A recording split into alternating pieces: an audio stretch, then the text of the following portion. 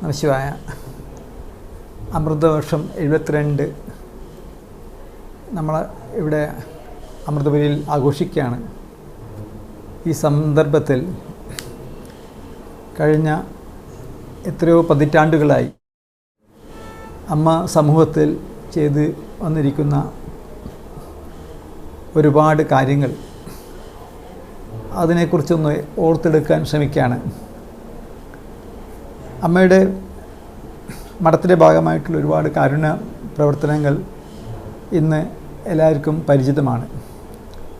അതോടൊപ്പം തന്നെ വിദ്യാഭ്യാസ മേഖല, ആരോഗ്യ മേഖല, ശാസ്ത്ര സാങ്കേതിക മേഖല എന്നീ മേഖലകളിലും അമ്മ പതിപ്പിച്ച സ്വാധീനം വളരെയധികം വലുതാണ്.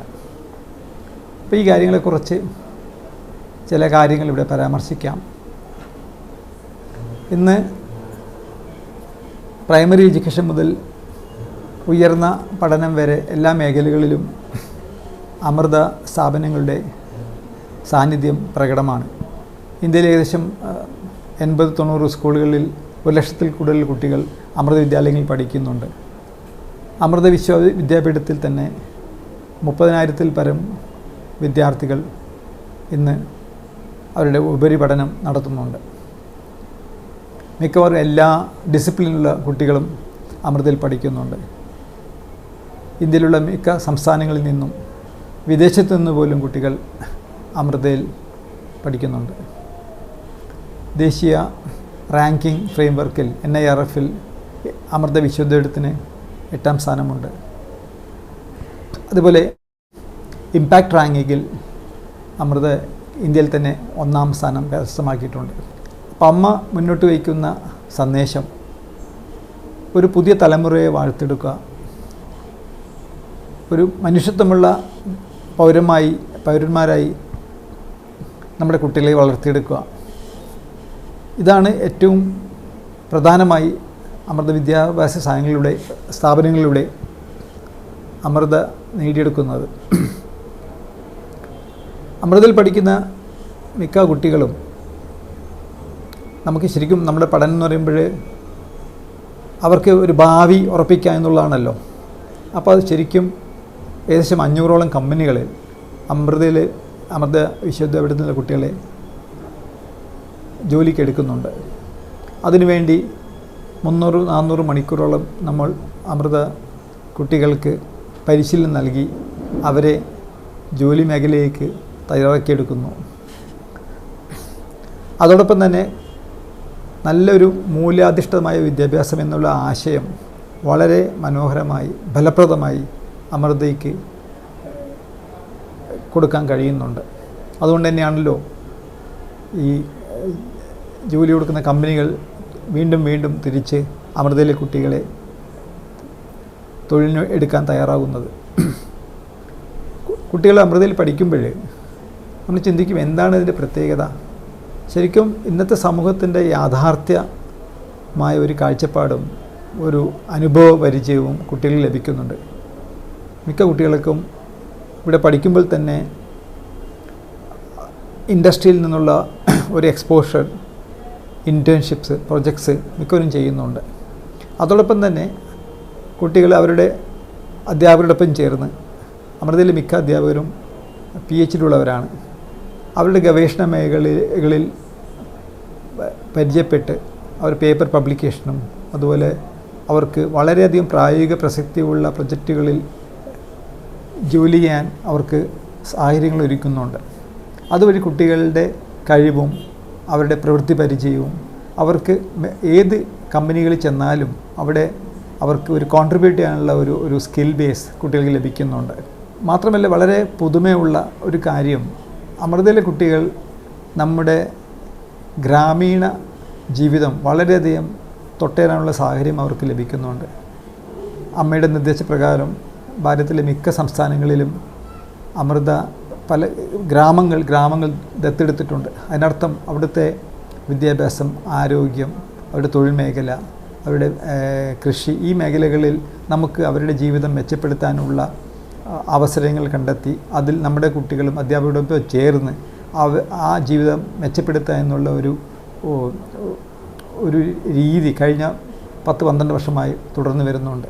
അപ്പോൾ ഈ ജോലിയിൽ ഈ ഒരു പ്രൊജക്റ്റിൽ കുട്ടികൾക്ക് പങ്കെടുക്കാനും അതുവഴി അവിടുത്തെ പ്രാദേശികമായ നമുക്ക് സാങ്കേതിക വിദ്യ ഉപയോഗിച്ചുകൊണ്ടും മറ്ററിവ് ഉപയോഗിച്ചുകൊണ്ടും ഗ്രാമീണ ജീവിതം മെച്ചപ്പെടുത്താനുള്ള ഒരു പ്രൊജക്റ്റാണ് ലിവ് ഇൻ ലാബ്സ്. അത് വളരെയധികം ഇന്ന് പ്രസിദ്ധമാണ്.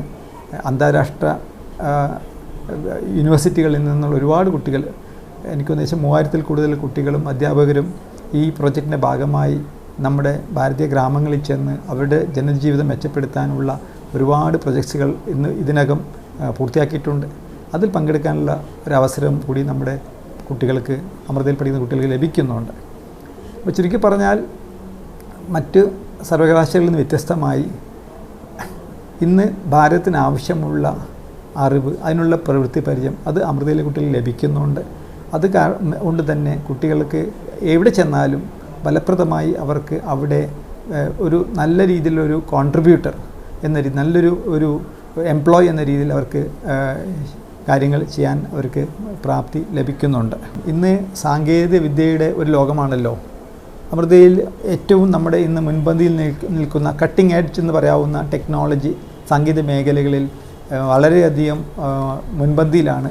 Cyber security, haptics, landslide technology, sensors, AI ഈ മേഖലകളിലൊക്കെ ഇന്ന് അമൃതയ്ക്ക് നിസ്തുല്യമായ പങ്ക് വഹിക്കുന്നുണ്ട്.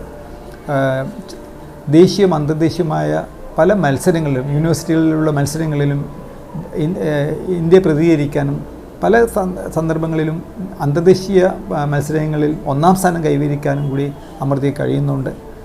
ഇത് ഈ കുട്ടികൾക്ക് നമ്മുടെ ഭാരതത്തിലാണെങ്കിൽ പോലും ഒരു അന്തർദേശീയ തലത്തിലുള്ള ലോക നിലവാരത്തിലുള്ള ഒരു വിദ്യാഭ്യാസം ലഭിക്കുന്നതിൻ്റെ ഉദാഹരണങ്ങളാണ്. പിന്നെ മറ്റു കാര്യം പറയാനുള്ളത്, അമൃതയിൽ ഇത് നമ്മുടെ സിലബസ് വലിയൊരു, ഇന്ന് നമുക്ക് നമ്മുടെ സർവകലാശാലയിൽ പലപ്പോഴും നേരിടുന്ന പ്രശ്നം, നമ്മുടെ സമൂഹം മുന്നോട്ട് പോകുമ്പോഴും നമ്മുടെ സിലബസ് അതിനനുസരിച്ച് പുതുക്കുന്നില്ല എന്നുള്ളതാണ്. പക്ഷേ അമൃതയുടെ സിലബസ് കാലാകാലങ്ങളായി പരിഷ്കരിച്ച് ഏറ്റവും ഇന്ന് കുട്ടികൾക്ക് ആവശ്യമുള്ള അറിവ് പകർന്നു കൊടുക്കാവുന്ന രീതിയിലുള്ള ഒരു കരിക്കുലമാണ് ഇവിടെ ചെയ്തിട്ടുള്ളത്. അതിൻ്റെ ഫലവും, അതിൻ്റെ ശരിയായ രീതിയിലെ ഫലം കുട്ടികൾക്ക് വളരെ രീതിയിൽ ഇന്ന് ഇൻഡസ്ട്രി അതേപോലെ സൊസൈറ്റിയിൽ ആവശ്യമുള്ള എല്ലാ രീതിയിലുള്ള അറിവും സാങ്കേതിക വിദ്യയും അവർക്ക് സാധ്യമാവുന്നുണ്ട്. അതുകൊണ്ട് തന്നെ അവർക്ക് നല്ലൊരു കോൺട്രിബ്യൂട്ടേഴ്സ് ആവാൻ വേണ്ടിയിട്ട് കഴിയുന്നുണ്ട്. ഇന്ന് അമൃതയ്ക്ക് 10 ക്യാമ്പസുകളാണുള്ളത്. 10 ക്യാമ്പസിൽ 7 ക്യാമ്പസുകൾ എഞ്ചിനീയറിംഗ് ക്യാമ്പസുകളാണ്, 2 മെഡിക്കൽ ക്യാമ്പസുണ്ട്, ഒരു ആർട്സ് ആൻഡ് സയൻസ് ക്യാമ്പസുണ്ട്. അത് ഉത്തരേന്ത്യയിലും ദക്ഷിണേന്ത്യയിലുമായി സ്പ്രെഡ് ചെയ്ത ഈ ക്യാമ്പസുകളുണ്ട്. ഇവിടെയൊക്കെയും മിക്കവാറും ഈ ഏറ്റവും അടുത്തായിട്ട് നമുക്ക് ലോ കോളേജ് തുടങ്ങിയിട്ടുണ്ട്, അഗ്രികൾച്ചറൽ ക്യാമ്പസുണ്ട്, മെഡിക്കലുണ്ട്, നഴ്സിംഗുണ്ട്, ഡെൻ്റലുണ്ട്. അങ്ങനെ നമുക്ക് പറയാവുന്ന മിക്കവാറും എല്ലാ ഡിസിപ്ലിൻസിലും അമൃതയുടെ സാന്നിധ്യം വളരെയധികം പ്രശസ്തമാണ്. ഒരു പ്രത്യേകത നമുക്ക് എടുത്തു പറയേണ്ടത്, അമ്മ പുതിയ അറിവ് സൃഷ്ടിക്കുന്നതിൽ കൊടുക്കുന്ന പ്രാധാന്യമാണ്.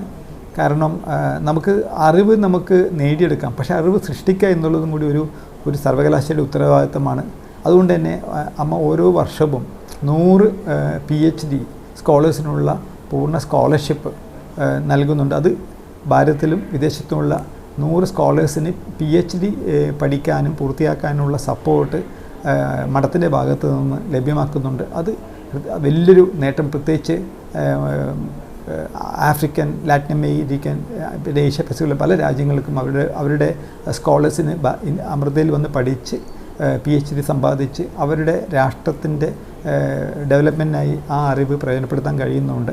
ഇത് അമ്മ ഭാരതത്തിൽ നിന്ന് മാത്രമല്ല, നമ്മുടെ മറ്റു രാഷ്ട്രങ്ങൾക്ക് കൂടി അവരുടെ ഒരു വിദ്യാഭ്യാസ മേഖലയിൽ കൊടുക്കുന്ന നിർണായകമായ സംഭാവനയായി നമുക്ക് കാണാം. പ്രാഥമികമായി എന്താണ് അമൃത മുന്നോട്ട് വയ്ക്കുന്ന സന്ദേശം? അമ്മയുടെ സന്ദേശം വെച്ചാൽ ഒരു വ്യക്തിയെ ഒരു നല്ലൊരു മനുഷ്യനാക്കുക എന്നുള്ളതാണ് അമ്മയുടെ സന്ദേശം.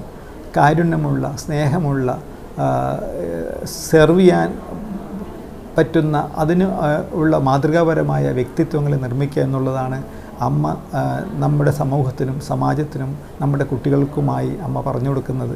അത് ലോകത്തിലും സമൂഹത്തിലും എത്തിക്കാനുള്ള ഉപാധികളായിട്ടാണ്, ഇൻസ്ട്രുമെൻറ്റ്സ് ആയിട്ട് ആണ് നമ്മൾ അമൃത വിദ്യാഭ്യാസ സ്ഥാപനങ്ങളെ കാണുന്നത്. അത് നല്ല രീതിയിൽ തന്നെ നടത്താൻ നമ്മൾ പരമാവധി ശ്രമിക്കുന്നുണ്ട്.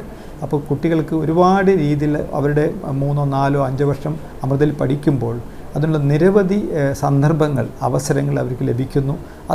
അതുകൊണ്ട് തന്നെ ക്രമേണ നല്ല ഒരു മനുഷ്യത്വമുള്ള, സ്നേഹമുള്ള, കുടുംബത്തോടും സമാജത്തോടും രാഷ്ട്രത്തോടും സ്നേഹിക്കാനും മറ്റുള്ള കൂടെ ചേർത്ത് നിർത്താനുമുള്ള ഒരു പ്രായോഗികമായിട്ടുള്ള ഒരു അറിവും അനുഭവമാണ് അമൃതയിൽ നിന്ന് നമ്മുടെ കുട്ടികൾക്ക് ലഭിക്കുന്നത്. അതുകൊണ്ട് തന്നെ അമ്മ പറയുന്നത് പോലെ പ്രകൃതിയും മനുഷ്യനും രണ്ടല്ല, ഒന്ന് തന്നെയാണ്.